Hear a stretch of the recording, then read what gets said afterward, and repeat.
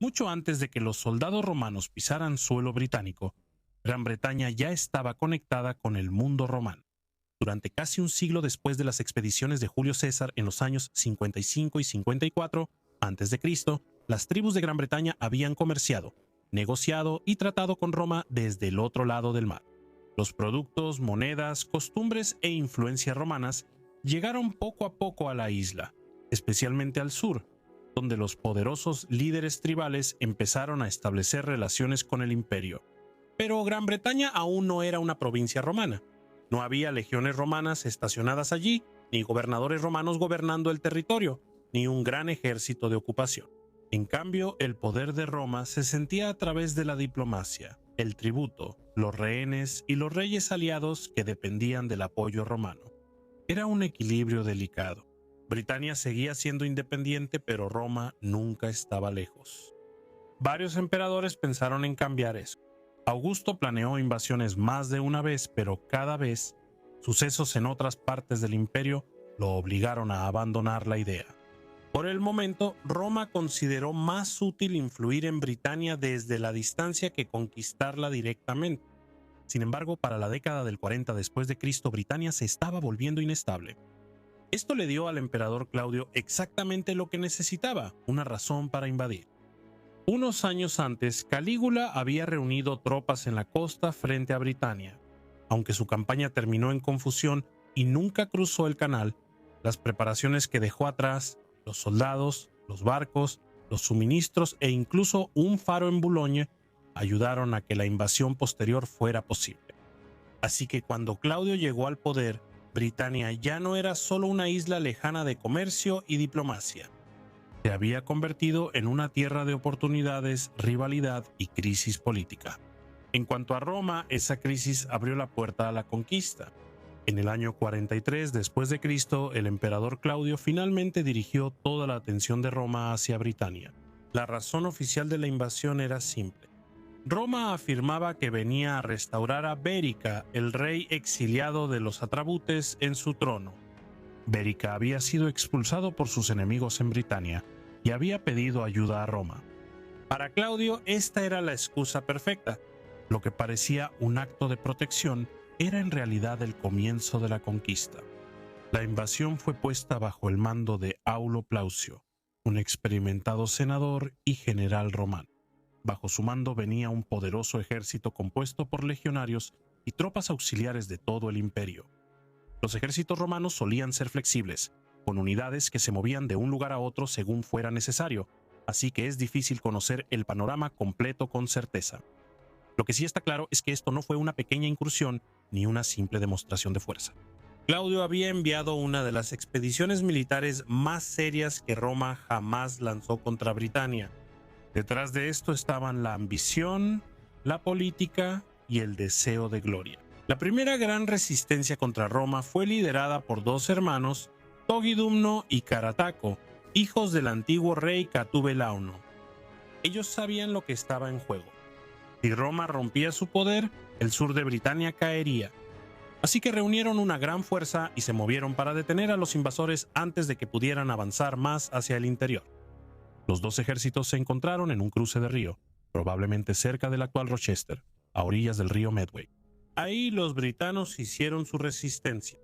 La batalla fue feroz y duró 2 días. Los soldados romanos lucharon para abrirse paso a través del agua, mientras que los guerreros britanos intentaban detenerlos desde la orilla opuesta. Los romanos también usaron a sus tropas auxiliares con gran eficacia. Algunos soldados batavos, famosos por su habilidad para cruzar ríos nadando con todo su equipo, cruzaron el Medway por separado y atacaron a los britanos desde una dirección inesperada. Poco a poco, la línea británica comenzó a romperse. Derrotados en el Medway, los britanos se retiraron hacia el Támesis.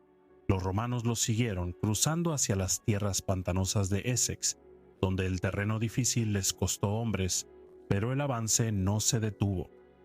Poco después de la lucha cerca del Támesis, Togidumno murió. Su muerte fue un duro golpe para la resistencia británica. Aulo Plaucio, el comandante romano, entonces detuvo al ejército y mandó llamar al propio emperador Claudio. Claudio vino a Britania para atribuirse la gloria de la victoria. Para cuando llegó, la lucha más dura ya se había librado. Los catubelaunos estaban debilitados, sus líderes divididos y su capital estaba al alcance. Claudio marchó con el ejército en la etapa final de la campaña, recibiendo la rendición de varios reyes británicos en el camino. Para Roma, este fue un momento de triunfo, pero la conquista no había terminado realmente. Carataco escapó con su familia, seguidores y tesoros. Huyó hacia el oeste más allá del alcance de la primera victoria de Roma, decidido a continuar la lucha. Mientras algunos gobernantes británicos se rindieron y fueron recompensados, otros se prepararon para años de resistencia. Después de las primeras victorias romanas en el sureste, la conquista de Britania comenzó a expandirse. Vespasiano, uno de los comandantes más capaces de Roma, dirigió sus fuerzas hacia el oeste. Ciudad tras ciudad y fortaleza tras fortaleza caían ante él. Él sometió a las tribus locales, capturó asentamientos fortificados y extendió el poder romano más al interior de la isla. Su campaña llegó al menos hasta Exeter, que más tarde se convirtió en una base importante para la Segunda Legión Augusta. Al mismo tiempo, otras fuerzas romanas avanzaron hacia el norte. La novena hispana fue enviada hacia la región de Lincoln, ayudando a asegurar el lado oriental de la conquista. Luego, en el año 47 después de Cristo, llegó un nuevo gobernador, Publio Hostorio Escápula. Él dirigió su atención hacia el oeste, donde las tribus de Gales y de las tierras fronterizas estaban resultando mucho más difíciles de derrotar. Entre los enemigos más feroces de Roma estaban los siluros del sureste de Gales. Ellos conocían bien su territorio. Sus colinas, bosques y terreno accidentado lo hacían perfecto para emboscadas y ataques sorpresa. Bajo el liderazgo de Carataco lucharon una amarga guerra de guerrillas contra los invasores. Carataco había escapado después de la caída del sureste, pero no se había rendido. En Gales se convirtió en el símbolo de la resistencia continua. Durante años atacó a los romanos desde terrenos difíciles, negándose a permitir que convirtieran la conquista en paz. Sin embargo, finalmente Carataco decidió arriesgarlo todo en una batalla abierta. Fue una decisión que le costó muy caro. Los romanos lo derrotaron y él huyó al norte hacia los brigantes, una tribu poderosa. Sin embargo, su reina ya había hecho las paces con Roma. Ya sea incapaz o no dispuesta a protegerlo, ella entregó a Carataco a los invasores. Con Carataco capturado, uno de los grandes líderes de la resistencia de Britania había desaparecido, pero el oeste aún no estaba completamente conquistado. Cuando Nerón se convirtió en emperador en el año 54 después de Cristo, comenzó una nueva campaña. Él nombró nuevos gobernadores que estaban más dispuestos a avanzar hacia el oeste. Los ejércitos romanos avanzaron y atacaron Anglesey, una isla sagrada y un centro de poder druídico. El ataque a Anglesey fue brutal y simbólico. Roma no solo estaba luchando contra guerreros ahora, también intentaba quebrar el núcleo espiritual de la resistencia. Pero antes de que Gales pudiera ser completamente sometida al control romano, estalló un desastre en el sureste. En el año 60 o 61 después de Cristo, Boudica se levantó en rebelión y el ejército romano se vio obligado a retroceder. La conquista de Gales tendría que esperar. En el este de Britania, los cicenos alguna vez habían sido aliados de Roma. Su rey había intentado proteger a su pueblo dejando su reino conjuntamente a sus hijas y al emperador, pero cuando murió, Roma ignoró sus deseos. Los funcionarios romanos trataron a los cicenos no como aliados, sino como un pueblo conquistado. Sus tierras fueron confiscadas, sus nobles humillados y su familia real fue brutalizada. La viuda del rey, Boudica, fue azotada y sus hijas fueron abusadas. Fue una humillación destinada a quebrarlas. En cambio, encendió una chispa. Boudica se levantó en rebelión y miles se unieron a ella. Los rebeldes atacaron Camulodunum. La ciudad estaba mal defendida y los veteranos romanos que vivían allí fueron superados. Templos, casas y calles fueron consumidos por el fuego. La colonia fue destruida. Luego, el ejército de Boudica se dirigió a Londinium, una ciudad comercial romana en crecimiento. El gobernador romano sabía que no podía salvarla. Abandonó el asentamiento y los que se quedaron fueron masacrados. Londinium fue incendiada después. Por un momento, la Britania romana pareció estar al borde del colapso. Grandes asentamientos habían sido destruidos y la rebelión se había convertido en la mayor crisis que Roma había enfrentado en la isla. Pero Suetonio reunió a sus fuerzas y eligió cuidadosamente el terreno. Aunque estaban en gran desventaja numérica, los romanos eran disciplinados, estaban fuertemente armados y entrenados precisamente para este tipo de combate. Los guerreros de Boudica llegaron en grandes cantidades, pero la pasión por sí sola no pudo romper la línea romana. En la batalla final, las legiones se mantuvieron firmes. Esperaron, avanzaron y arrasaron con el ejército rebelde con una eficiencia brutal. La revuelta fue aplastada. Boudica no cayó en manos romanas. Según la tradición, ella murió poco después, quizá por envenenamiento, eligiendo la muerte antes que ser capturada. Su rebelión fracasó, pero su nombre sobrevivió. Boudica se convirtió en algo más que una reina derrotada. Se convirtió en el recuerdo de una britana que se resistió, feroz, herida y que no estaba dispuesta a arrodillarse en silencio ante Roma. Después de que la rebelión de Boudica fue aplastada, Roma volvió al lento trabajo de la conquista. El sur y el este estaban ahora firmemente bajo control romano, pero el norte seguía siendo incierto. Allí, el pueblo más poderoso eran los brigantes, una gran confederación tribal cuyos territorios se extendían por gran parte del norte de Britania. Durante un tiempo, Roma había evitado una guerra total con ellos. Su reina había sido una aliada útil. Años antes, ella ya entregó a Carataco a los romanos, demostrando dónde estaban sus lealtades. Pero su gobierno fue problemático. Su ex esposo Vanucio se volvió en su contra y encabezó una rebelión. En el año 69 después de Cristo, la reina Cartimandúa ya no pudo resistir más. Ella pidió ayuda a Roma. Las fuerzas romanas la rescataron, pero no le devolvieron el poder. En cambio, Vanucius quedó al mando. Para Roma esto era peligroso. Una reina aliada había sido destituida, y ahora un gobernante hostil controlaba una de las mayores potencias tribales en Britania. El equilibrio en el norte había cambiado, y Roma ahora tenía la excusa que necesitaba para actuar contra los brigantes.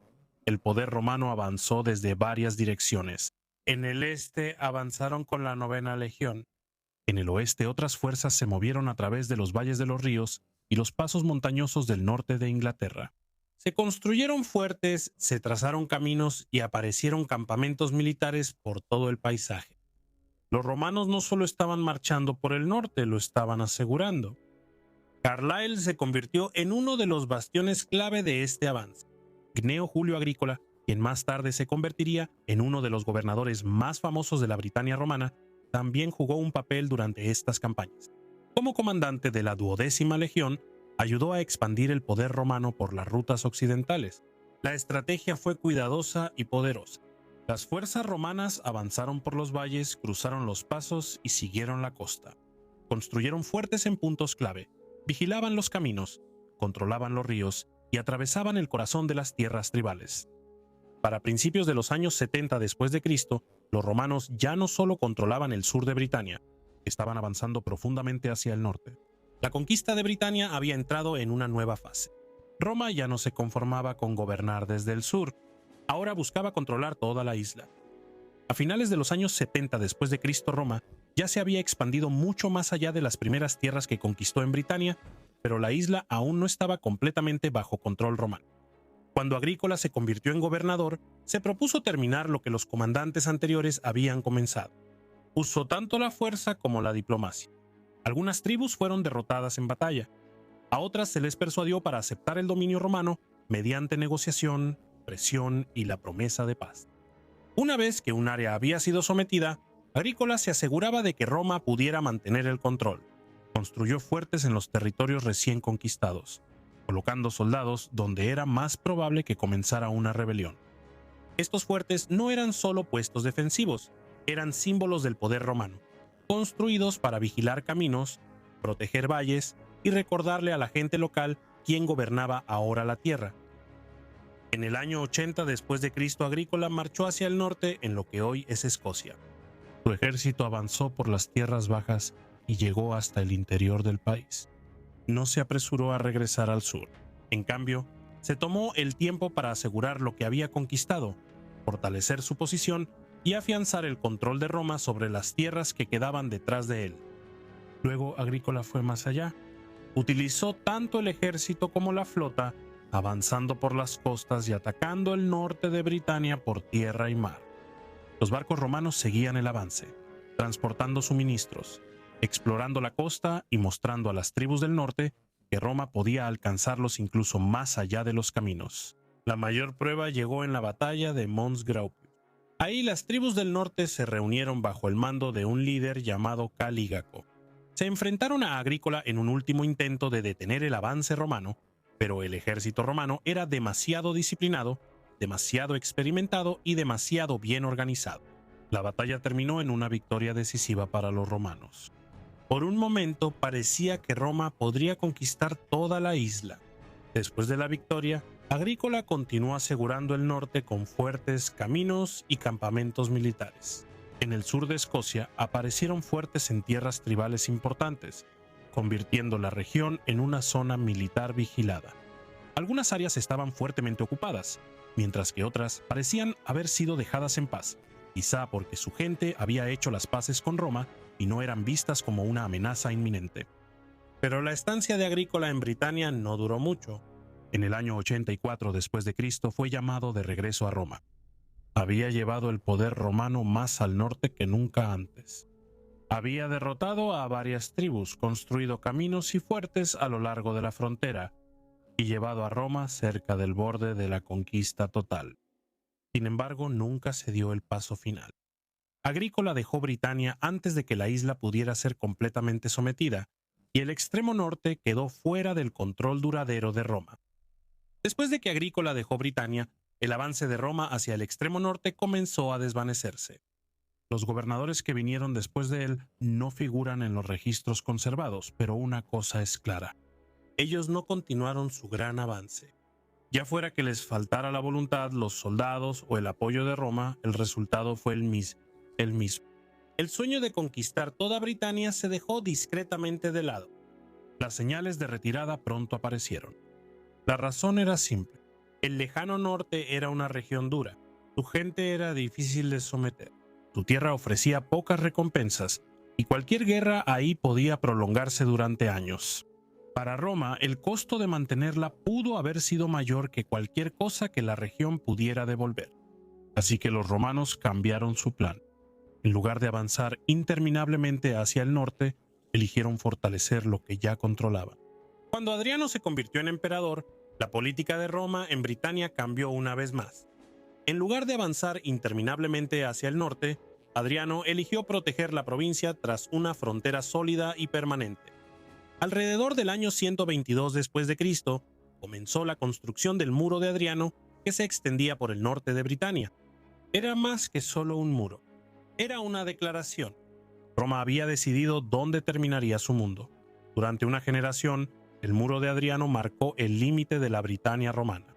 Pero después de la muerte de Adriano, el nuevo emperador Antonino quería demostrar que Roma seguía avanzando. No se conformaba con simplemente defender la frontera que había heredado. Quería victoria, gloria y una nueva línea más al norte.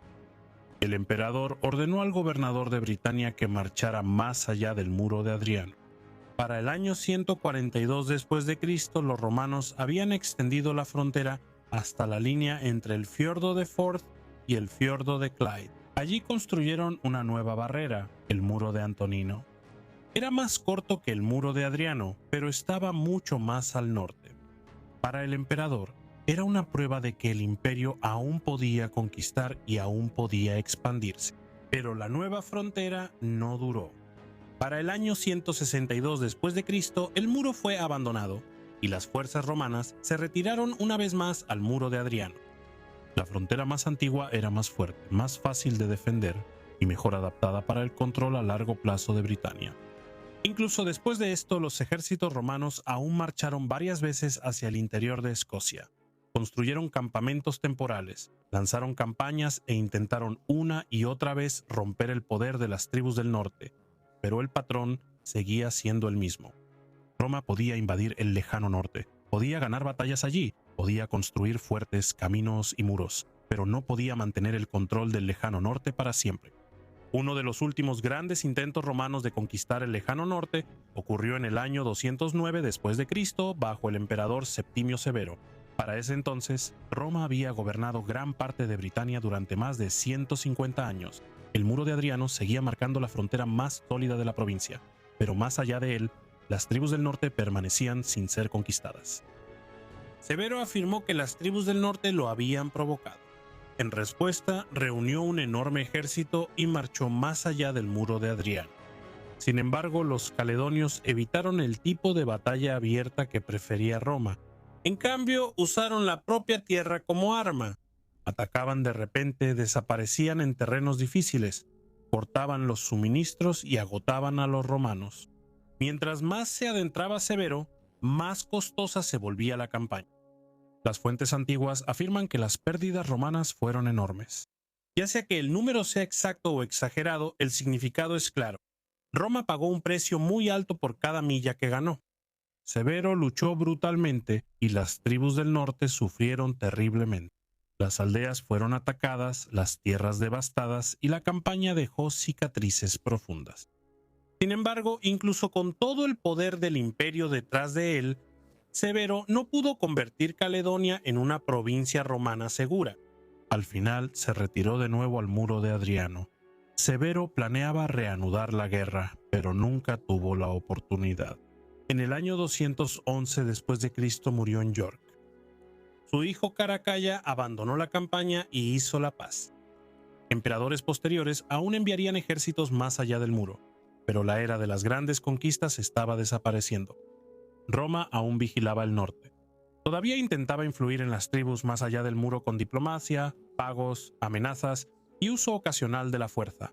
El cristianismo eventualmente se extendería también por estas tierras fronterizas.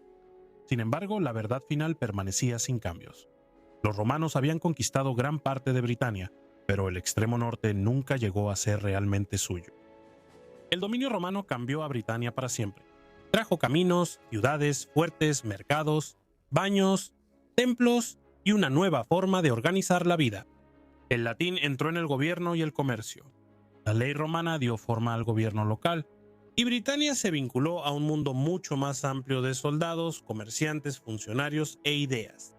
Pero la influencia romana nunca fue igual en todas partes. En las ciudades y tierras bajas, la vida se volvió profundamente romanizada, mientras que en el campo y el lejano norte sobrevivieron las antiguas tradiciones británicas. El resultado no fue el fin del pasado de Britania, sino el comienzo de un nuevo mundo mixto, en parte nativo, en parte romano, y diferente a cualquier cosa que la isla hubiera conocido antes.